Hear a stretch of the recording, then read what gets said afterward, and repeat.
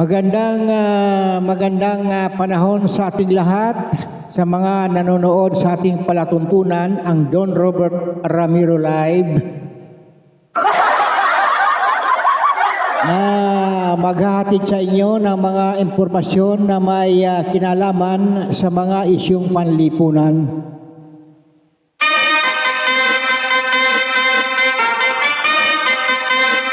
Na maaari ninyong kaiinisan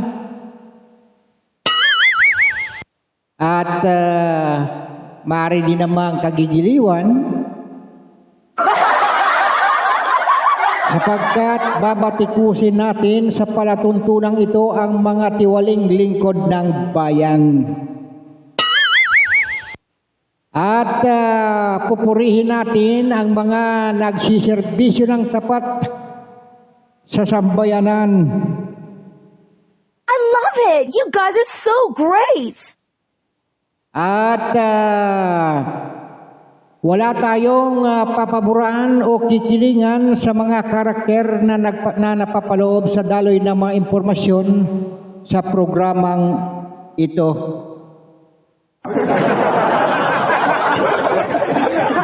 Ganun mga kaibigan, nakahanda na ang bakuna. Ang pampangimay sa mga masasagaan sa gagawin nating pagtalakay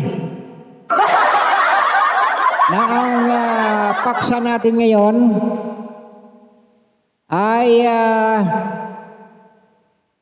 ang katanungan kung bakit nagtaas ng ura-urada ng presyo ng petrolyo itong mga oil companies.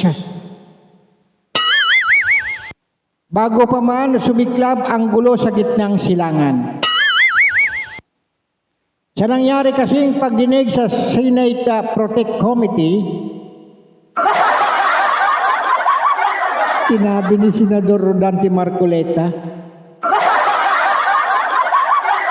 na ibinenta sa mataas na halaga o presyo ng mga oil companies ang kanilang lumang stock na langis, na tumabo ng 3 billion pesos bago pa man pumutok ang sigalot sa Middle East.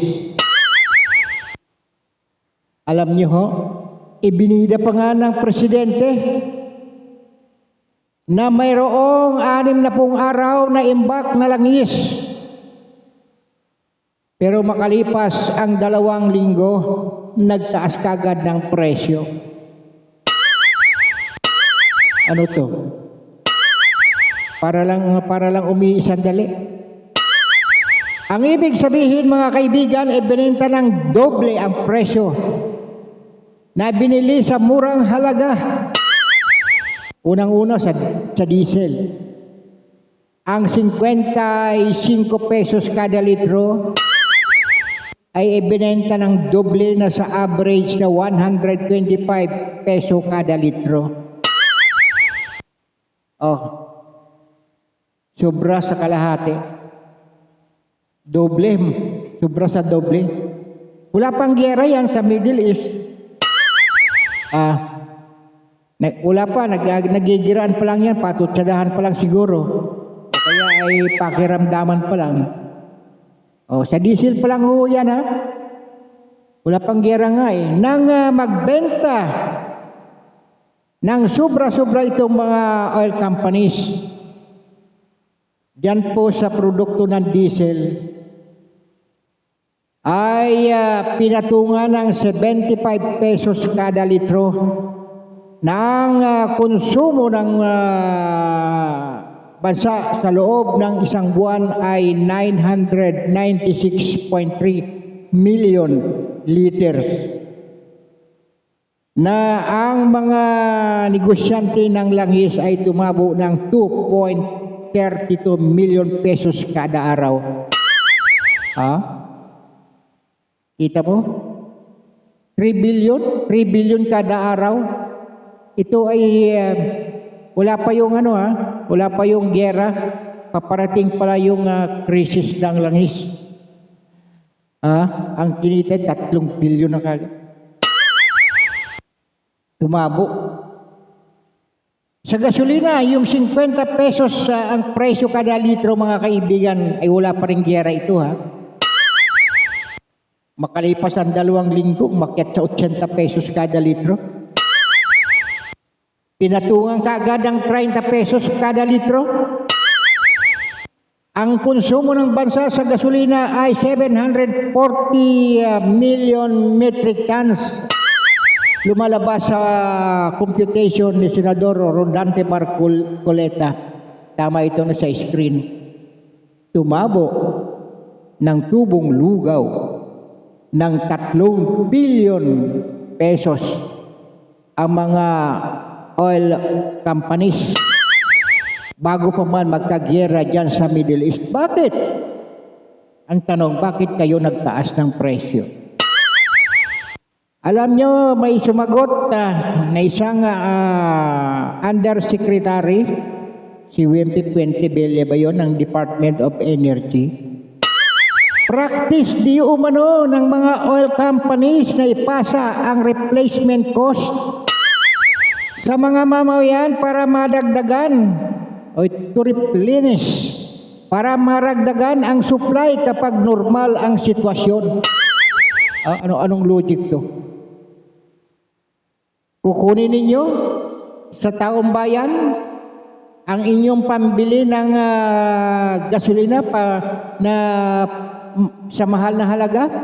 Ibig sabihin yung dati nyong kinitay, okay lang, inyo na. At ito yung kapag ordinary circumstances daw, ay maaari daw amyendahan ang oil deregulation law. Iba pa naman kayo tinamaan ng magaling. Dito'y pumalag dito sina Senador Rodante Marcoleta. Nag-walk out si Sir sa visit sa inyo. Nabwisit sa mga paliwanag na ditong mga opisyal ng Department of Energy sapagkat pilit na inilihis ang sagot sa tanong. May tanong dito, tama ba na kumita ng sobra-sobra ang mga kumita ng milyon ang mga oil companies kada araw, 2.32 million pesos kada araw?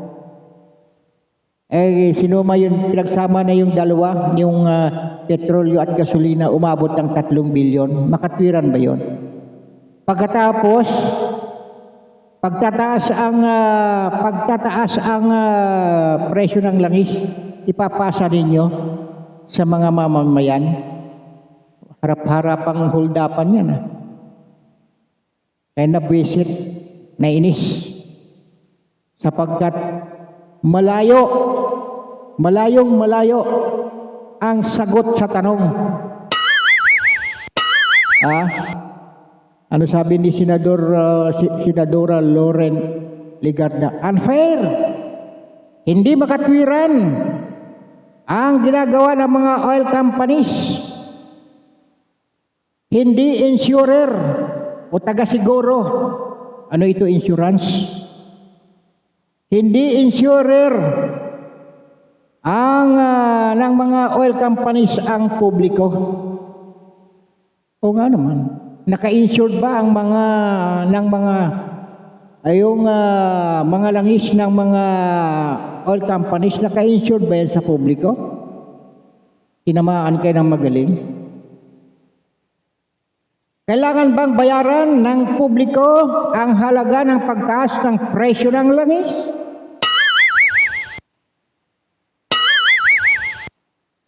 Sobra kayong napakagahaman.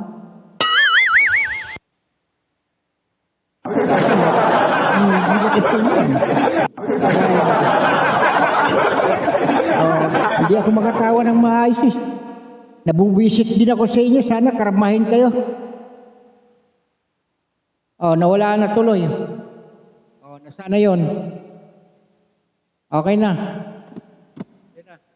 Yun, babalik natin. Nawala na sa screen eh. Nawala yung Buti na lang meron akong assistant. Si Don Robert Ramiro nandiyan sa likod ko. Yung original. Sana karmahin kayo. Alam nyo, ibinenta kasi yung Petron. Ibinenta ni dating Pangulong Fidel V. Ramos ang Petron noong February 3, 1994 na privatize ibinenta sa Aramco, Saudi Aramco. Ngayon napunta yata kay RSA, kay Sir Ramon ang CEO ng San Miguel Corporation. Ang sabi niya, kung gusto ng gobyerno pwedeng bilhin yung Petron sa akin, okay lang. Kung sa tingin nila na mas magaling, may mas magaling, magaling sila na magpatakbo ng 100% ibibigay niya. Palagay ko, paano gagaling magpatakbo itong mga taga-DOA? Isang araw na nga lang pumapasok sa kanilang mga opisina at ang 4 na araw ay monitor na lang sa kanilang mga bahay. Nasisiguro ba ninyo na sa kanilang bahay nagtatrabaho itong mga ito? Yun nga lang, pag bumonitor ng presyo, hindi nila magawa. Nung tinanong sila ni Senador Marcoleta, na-monitor ba ninyo? Hindi masagot ibig sabihin, natutulog kayo sa pansitan, isang araw na nga lang kayo pumapasok sa inyong opisina. Napakaswerte ng mga tinamaan ng magaling na ito. Ang gagaling, ang lalaki ng sweldo ninyo. Kaya tuloy yung boss ninyo, halos atakahin na ng nervyos. Namumutla na kitang-kita sa video. Anak ng tipaklong Sos, Ginoo. Ingon lang sa Bisaya ba, magtarong lagi mo ba? Di yung mo magtarong. Grabe. Super. Ngayon, sabi nga lang nung isa sabi na diyan si dating anak bayan party representative. Ngayon lang ako nakakita ng ganitong klaseng gobyerno. Talamak ang korupsyon. Ang tanong, kumita sila ng bilyon at ipinagtatanggol ng mga tauhan o mga staff ng Department of Energy na hindi nila masagot ng tama o tuwiran ang mga tanong na dapat malaman ng sambayanan. Sinong pinoprotektahan? Hindi ba yung mga oil companies? Magkano ang inyong usapan dyan? Sige, para hindi tayo mabukulan, ipagtanggol nyo itong mga oil companies, magkano ang bawat isa sa inyo. Wala na kayong trabaho sa mga opisina. Isang araw na nga lang kayong pumapasok, mga tinamaan kayo ng magaling. Dapat siguro, ganito siguro ang dapat na iba to sa inyo. Ito.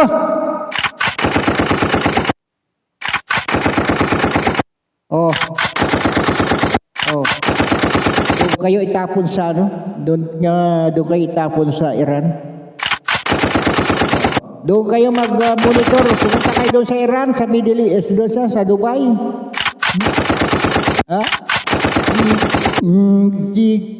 Gigil ako sa inyo Tinamaan ng...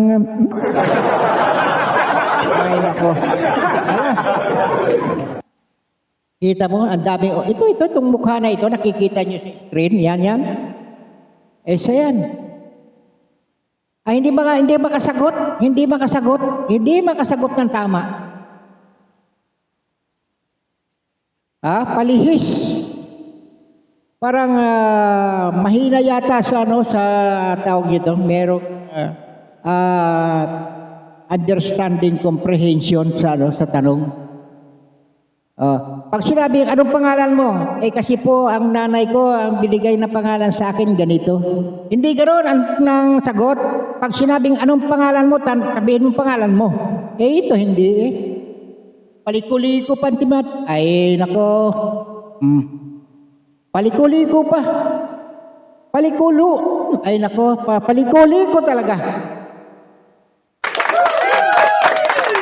Dadaanin na lang natin sa palakpak to, pero ang totoo niyan, dito dapat ito mga ito. Ito'y dapat to. Oh, diyan dapat, ito dapat pa. Well, mga kaibigan, mga katuto. Ay, nako. Si Vilma Kabantog, nasa na ba yun? Meron ano yun, veterinarian yan eh. May dala-dalang hiringgilya yung bakuna sa mga tinamaan ng magaling na ito. Sana mabakunahan kayo ng karba. Okay, hanggang dito na lamang tayo. Sa susunod mga kaibigan, ang iyong nakadaupang palad sa palatuntunang Don Robert Ramiro Live, ang inyong nakasama, yours truly, Don Robert Ramiro.